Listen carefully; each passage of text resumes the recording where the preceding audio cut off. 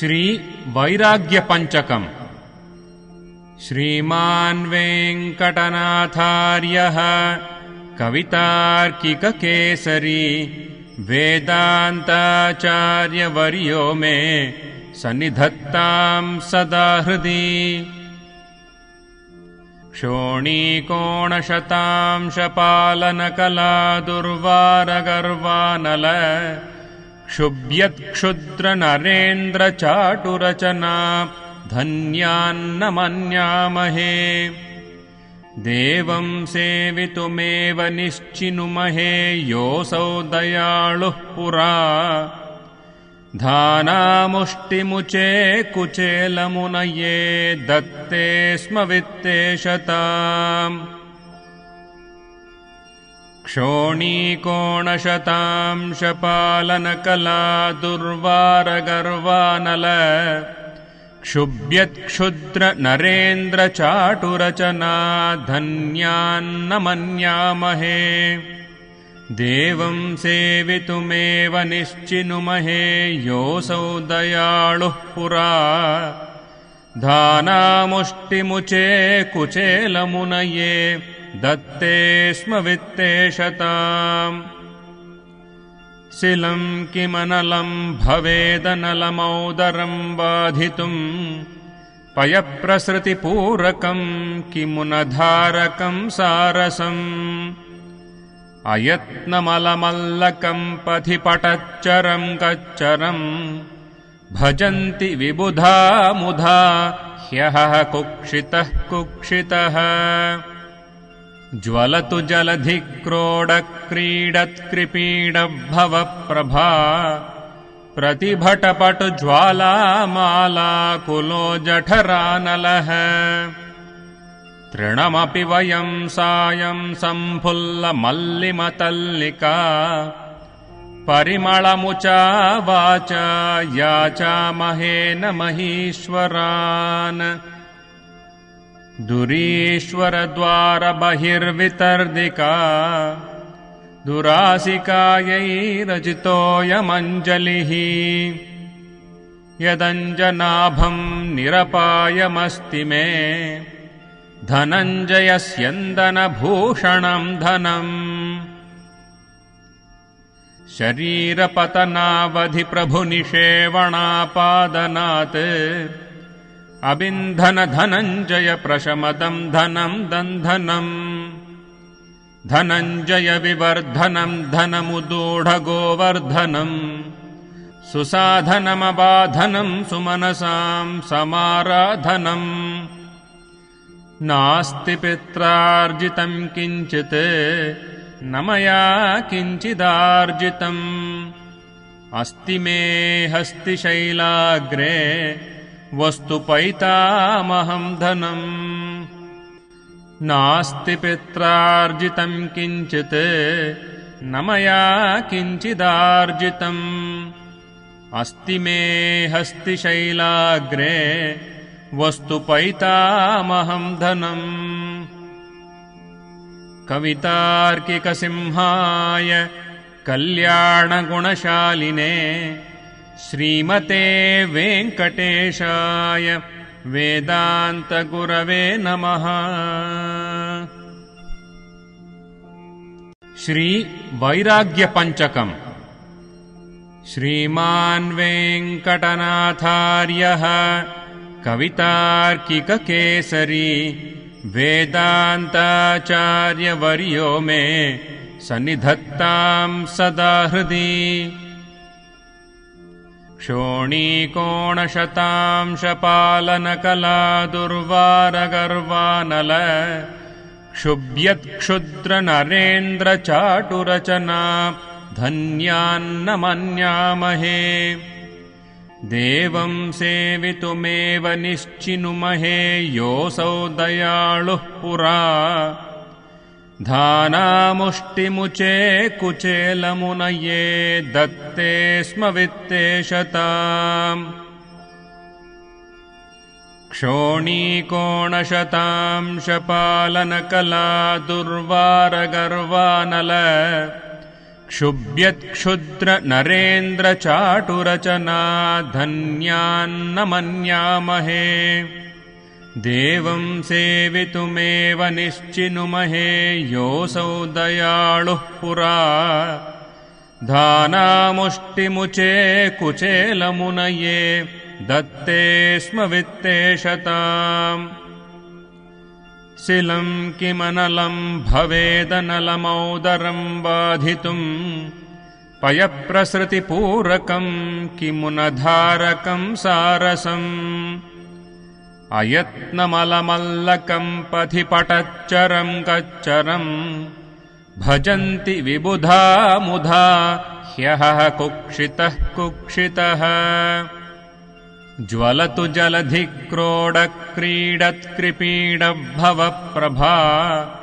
प्रतिभटपटुज्वालामालाकुलो जठरानलः तृणमपि वयं सायं सम्फुल्लमल्लिमतल्लिका परिमळमुचा वाचा याचामहे न महीश्वरान् दुरीश्वरद्वारबहिर्वितर्दिका दुरासिकायैरचितोऽयमञ्जलिः यदञ्जनाभं निरपायमस्ति मे धनञ्जयस्यन्दनभूषणं धनम् शरीरपतनावधि प्रभुनिषेवणापादनात् अबिन्धन धनञ्जय प्रशमदं धनं दन्धनम् धनञ्जय विवर्धनं धनमुदूढगोवर्धनम् सुसाधनमबाधनं सुमनसां समाराधनम् नास्ति पित्रार्जितं किञ्चित् न मया किञ्चिदार्जितम् अस्ति मे हस्तिशैलाग्रे वस्तुपैतामहं धनम् नास्ति पित्रार्जितं किञ्चित् न मया किञ्चिदार्जितम् अस्ति मे हस्तिशैलाग्रे वस्तुपैतामहं धनम् कवितार्किकसिंहाय कल्याणगुणशालिने श्रीमते वेङ्कटेशाय वेदान्तगुरवे नमः। श्री वैराग्यपञ्चकम्। श्रीमान् वेङ्कटनाथार्यः कवितार्किककेसरी वेदान्ताचार्यवर्यो मे सन्निधत्तां सदा हृदि। क्षोणीकोणशतांशपालनकला दुर्वारगर्वानल क्षुभ्यत्क्षुद्रनरेन्द्रचाटुरचना धन्यान्न मन्यामहे देवं सेवितुमेव निश्चिनुमहे योऽसौ दयालुः पुरा धानामुष्टिमुचे कुचेलमुनये दत्ते स्म वित्तेशताम् क्षोणीकोणशतांशपालनकला दुर्वारगर्वानल क्षुभ्यत्क्षुद्रनरेन्द्रचाटुरचना धन्यान्न मन्यामहे देवं सेवितुमेव निश्चिनुमहे योऽसौ दयालुः पुरा धानामुष्टिमुचे कुचेलमुनये दत्ते स्म वित्तेशताम् शिलं किमनलं भवेदनलमौदरं बाधितुम् पयप्रसृतिपूरकं किमुनधारकं सारसम् अयत्नमलमल्लकं पथि पटच्चरं कच्चरम् भजन्ति विबुधा मुधा ह्यहः कुक्षितः कुक्षितः ज्वलतु जलधिक्रोडक्रीडत्कृपीडभवप्रभा प्रतिभटपटुज्वालामालाकुलो जठरानलः तृणमपि वयं सायं सम्फुल्लमल्लिमतल्लिका परिमळमुचा वाचा याचामहे न महीश्वरान् दुरीश्वरद्वारबहिर्वितर्दिका दुरासिकायैरजितोऽयमञ्जलिः यदञ्जनाभं निरपायमस्ति मे धनञ्जयस्यन्दनभूषणं धनम् शरीरपतनावधिप्रभुनिषेवणापादनात् अबिन्धनधनञ्जय प्रशमदं धनं दन्धनम् धनञ्जय विवर्धनं धनमुदूढगोवर्धनम् सुसाधनमबाधनं सुमनसां समाराधनम् नास्ति पित्रार्जितं किञ्चित् न मया किञ्चिदार्जितम् अस्ति मे हस्तिशैलाग्रे वस्तुपैतामहं धनम् नास्ति पित्रार्जितं किञ्चित् न मया किञ्चिदार्जितम् अस्ति मे हस्तिशैलाग्रे वस्तुपैतामहं धनम् कवितार्किकसिंहाय कल्याणगुणशालिने श्रीमते वेङ्कटेशाय वेदान्तगुरवे नमः। श्रीवैराग्यपञ्चकम्। श्रीमान् वेङ्कटनाथार्यः कवितार्किककेसरी वेदान्ताचार्यवर्यो मे सन्निधत्तां सदा हृदि। क्षोणीकोणशतांशपालनकला दुर्वारगर्वानल क्षुभ्यत्क्षुद्रनरेन्द्रचाटुरचना धन्यान्न मन्यामहे। देवं सेवितुमेव निश्चिनुमहे योऽसौ दयालुः पुरा। धानामुष्टिमुचे कुचेलमुनये दत्ते स्म वित्तेशताम्। क्षोणीकोणशतांशपालनकला दुर्वारगर्वानल क्षुभ्यत्क्षुद्रनरेन्द्रचाटुरचना धन्यान्न मन्यामहे। देवं सेवितुमेव निश्चिनुमहे योऽसौ दयालुः पुरा। धानामुष्टिमुचे कुचेलमुनये दत्ते स्म वित्तेशताम्। शिलं किमनलं भवेदनलमौदरं बाधितुम् पयप्रसृतिपूरकं किमुनधारकं सारसम्। अयत्नमलमल्लकं पथि पटच्चरं कच्चरं भजन्ति विबुधा मुधा ह्यः कुक्षितः कुक्षितः। ज्वलतु जलधिक्रोडक्रीडत्कृपीडभवप्रभा प्रतिभटपटुज्वालामालाकुलो जठरानलः। तृणमपि वयं सायं सम्फुल्लमल्लिमतल्लिका परिमळमुचा वाचा याचामहे न महीश्वरान्।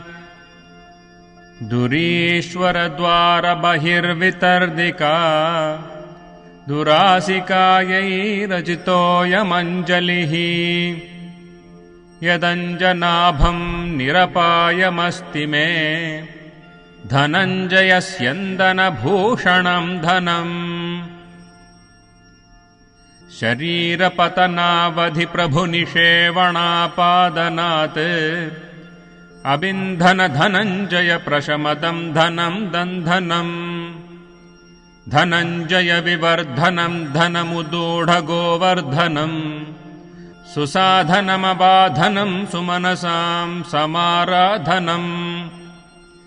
नास्ति पित्रार्जितं किञ्चित् न मया किञ्चिदार्जितम् अस्ति मे हस्तिशैलाग्रे वस्तुपैतामहं धनम् नास्ति पित्रार्जितं किञ्चित् न मया किञ्चिदार्जितम् अस्ति मे हस्तिशैलाग्रे वस्तुपैतामहं धनम् कवितार्किकसिंहाय कल्याणगुणशालिने श्रीमते वेङ्कटेशाय वेदान्तगुरवे नमः। श्री वैराग्यपञ्चकम्। श्रीमान् वेङ्कटनाथार्यः कवितार्किककेसरी वेदान्ताचार्यवर्यो मे सन्निधत्तां सदा हृदि। क्षोणीकोणशतांशपालनकला दुर्वारगर्वानल क्षुभ्यत्क्षुद्रनरेन्द्रचाटुरचना धन्यान्न मन्यामहे। देवं सेवितुमेव निश्चिनुमहे योऽसौ दयालुः पुरा। धानामुष्टिमुचे कुचेलमुनये दत्ते स्म वित्तेशताम्। क्षोणीकोणशतांशपालनकला दुर्वारगर्वानल क्षुभ्यत्क्षुद्रनरेन्द्रचाटुरचना धन्यान्न मन्यामहे। देवं सेवितुमेव निश्चिनुमहे योऽसौ दयालुः पुरा। धानामुष्टिमुचे कुचेलमुनये दत्ते स्म वित्तेशताम्। शिलं किमनलं भवेदनलमौदरं बाधितुम् पयप्रसृतिपूरकं किमुनधारकं सारसम्। अयत्नमलमल्लकं पथि पटच्चरं कच्चरम् भजन्ति विबुधा मुधा ह्यः कुक्षितः कुक्षितः। ज्वलतु जलधिक्रोडक्रीडत्कृपीडभवप्रभा प्रतिभटपटुज्वालामालाकुलो जठरानलः। तृणमपि वयं सायं सम्फुल्लमल्लिमतल्लिका परिमळमुचा वाचा याचामहे न महीश्वरान्। दुरीश्वरद्वारबहिर्वितर्दिका दुरासिकायैरचितोऽयमञ्जलिः। यदञ्जनाभं निरपायमस्ति मे धनञ्जयस्यन्दनभूषणं धनम्। शरीरपतनावधि प्रभुनिषेवणापादनात् अबिन्धन धनञ्जय प्रशमदं धनं दन्धनम्। धनञ्जय विवर्धनं धनमुदूढगोवर्धनम् सुसाधनमबाधनं सुमनसां समाराधनम्। नास्ति पित्रार्जितं किञ्चित् न मया किञ्चिदार्जितम् अस्ति मे हस्तिशैलाग्रे वस्तुपैतामहं धनम्। नास्ति पित्रार्जितं किञ्चित् न मया किञ्चिदार्जितम् अस्ति मे हस्तिशैलाग्रे वस्तुपैतामहं धनम्। कवितार्किकसिंहाय कल्याणगुणशालिने श्रीमते वेङ्कटेशाय वेदान्तगुरवे नमः। श्री वैराग्यपञ्चकम्। श्रीमान् वेङ्कटनाथार्यः कवितार्किककेसरी वेदान्ताचार्यवर्यो मे सन्निधत्तां सदा हृदि। क्षोणीकोणशतांशपालनकला दुर्वारगर्वानल क्षुभ्यत्क्षुद्रनरेन्द्रचाटुरचना धन्यान्न मन्यामहे देवं सेवितुमेव निश्चिनुमहे योऽसौ दयालुः पुरा धानामुष्टिमुचे कुचेलमुनये दत्ते स्म वित्तेशताम् क्षोणीकोणशतांशपालनकला दुर्वारगर्वानल क्षुभ्यत्क्षुद्रनरेन्द्रचाटुरचना धन्यान्न मन्यामहे देवं सेवितुमेव निश्चिनुमहे योऽसौ दयालुः पुरा धानामुष्टिमुचे कुचेलमुनये दत्ते स्म वित्तेशताम् शिलं किमनलं भवेदनलमौदरं बाधितुम् पयप्रसृतिपूरकं किमुनधारकं सारसम् अयत्नमलमल्लकं पथि पटच्चरं कच्चरम् भजन्ति विबुधा मुधा ह्यहः कुक्षितः कुक्षितः ज्वलतु जलधिक्रोडक्रीडत्कृपीडभवप्रभा प्रतिभटपटुज्वालामालाकुलो जठरानलः तृणमपि वयं सायं सम्फुल्लमल्लिमतल्लिका परिमळमुचा वाचा याचामहे न महीश्वरान् दुरीश्वरद्वारबहिर्वितर्दिका दुरासिकायैरजितोऽयमञ्जलिः यदञ्जनाभं निरपायमस्ति मे धनञ्जयस्यन्दनभूषणं धनम् शरीरपतनावधि प्रभुनिषेवणापादनात् अबिन्धन धनञ्जय प्रशमदं धनं दन्धनम् धनञ्जय विवर्धनं धनमुदूढगोवर्धनम् सुसाधनमबाधनं सुमनसां समाराधनम् नास्ति पित्रार्जितं किञ्चित् न मया किञ्चिदार्जितम् अस्ति मे हस्तिशैलाग्रे वस्तुपैतामहं धनम् नास्ति पित्रार्जितं किञ्चित् न मया किञ्चिदार्जितम् अस्ति मे हस्तिशैलाग्रे वस्तुपैतामहं धनम् कवितार्किकसिंहाय कल्याणगुणशालिने श्रीमते वेङ्कटेशाय वेदान्तगुरवे नमः।